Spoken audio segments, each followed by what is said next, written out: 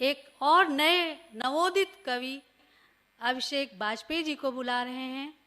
ये बीए के विद्यार्थी हैं और मुझे विश्वास है कि ये भी विद्यार्थी नहीं, शिक्षक साबित होंगे। अपनी रचनाओं के माध्यम से हमें भी कुछ सिखाएंगे। आइए देखते हैं अभिषेक वाजपेयी जी को। साहित्य सरिता के सभी दर्शकों को मेरा नमस्कार। 4 पंक्तियां पढ़ता हूं और अपनी काव्य यात्रा का प्रारंभ करता हूं कि मंद नहीं अविराम मिलेंगे, मंद नहीं अविराम मिलेंगे, हर क्षण उनके नाम मिलेंगे, और नयनों की भाषा पढ़ लेना, हर अक्षर में राम मिलेंगे, हर अक्षर। एक पुस्तक पढ़ता हूँ और युवाओं को, जो हमारे युवा साथी देख रहे हैं, उनके लिए कि आंधी में रफ्तार बहुत है, आंधी में रफ्तार बहुत है लेकिन बेदम होती है, आंधी में रफ्तार बहुत है लेकिन बेदम होती है, मिट्टी नहीं उड़ा सकती अगर जमीन नम होती है, मिट्टी नहीं उड़ा सकती अगर जमीन नम होती है, और बड़ी जिंदगी मिली तुम्हें इन तूफानों से लड़ने को, बड़ी जिंदगी मिली तुम्हें इन तूफानों से लड़ने को, मत भूलो इन तूफानों की उम्र बहुत कम होती है, मत भूलो बहुत कम होती है। जैसा कि मेरी मौलिक विधा है, मैं घनाक्षरी छंद लिखता हूँ, तो कुछ छंद आपके सम्मुख प्रस्तुत कर रहा हूँ। एक अनुरोध का छंद पढ़ता हूँ, मैं प्रारंभ होता हूँ।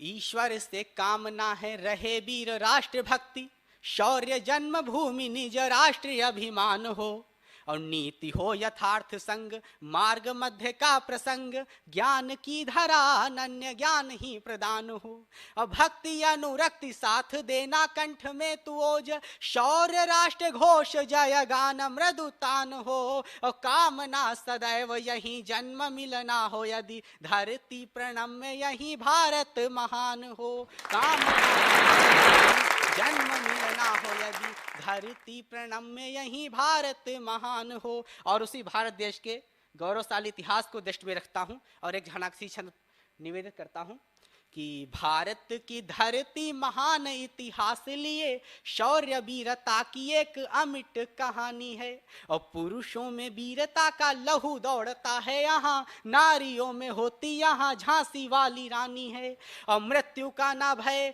है ये बलिदानियों का राष्ट्र, गर्व बलिदान पे है आंख में ना पानी है, और होके युद्ध में परास्त चाट गए धूल शत्रु, काश्मीर भारत के जीत की निशानी है, हो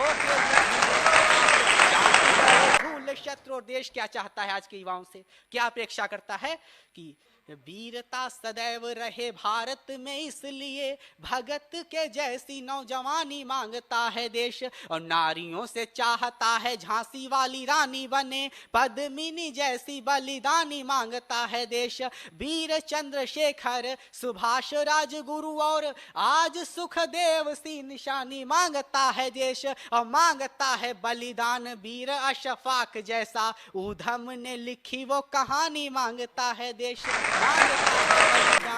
मैं अपनी जो मेरी बहुत ही प्रिय रचना है, शीर्षक है यात्रा वृतांत, मेरा मन है कि वो आपके मध्य पढ़ूं। मैं पढ़ता हूं कि अंधकार के विकट द्वार से, अंधकार के विकट द्वार से मैं दिनकर को देख रहा था, अंधकार के विकट द्वार से मैं दिनकर को देख रहा था, जीवित था तो कुछ करना था, मैं अवसर को देख रहा था, कुछ करना था, मैं अवसर को देख रहा था, और बढ़ जाने की चाह बहुत थी, बढ़ जाने की चाह बहुत थी, लेकिन फिर भी मैं ठहरा था, बढ़ जाने की चाह बहुत थी, लेकिन फिर भी मैं ठहरा था, अपनों से उम्मीदें टूटी, डूब गया था, दुख गहरा था, अपनों से उम्मीदें टूटी, डूब गया था, दुख गहरा था, और ठोकर मिलती थी जब मुझको, ठोकर मिलती थी जब मुझको, उससे आगे बढ़ जाता था, ठोकर मिलती थी जब मुझको, उससे आगे बढ़ जाता था, मुझे सहारा मिल जाता था तो कुछ ऊपर चढ़ जाता था, मुझे सहारा मिल जाता था तो कुछ ऊपर चढ़ जाता था, और बहुत रुका था राहों में मैं, बहुत रुका था राहों में मैं, लेकिन वो मन की आशा थी, बहुत रुका था राहों में मैं, लेकिन वो मन की आशा थी, प्रकृति विधा का संचालन था, प्रेम भाव की परिभाषा थी। प्रकृति विधा का संचालन था, प्रेम भाव की परिभाषा थी। इतना जीवन बीत गया जब, इतना जीवन बीत गया जब, तब जीवन जीना आया है। इतना जीवन बीत गया जब, तब जीवन जीना आया है। जीवन सुख दुख का संगम है, रसमय रस पीना आया है।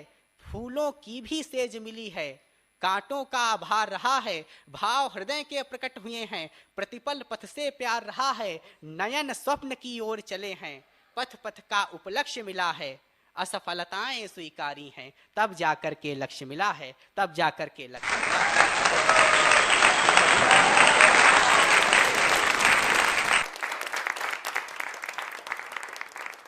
असफलताएं स्वीकारी हैं, तब जाकर के लक्ष्य मिला है। एक बहुत ही सुंदर संदेश के साथ आपने अपना काव्य पाठ समाप्त किया।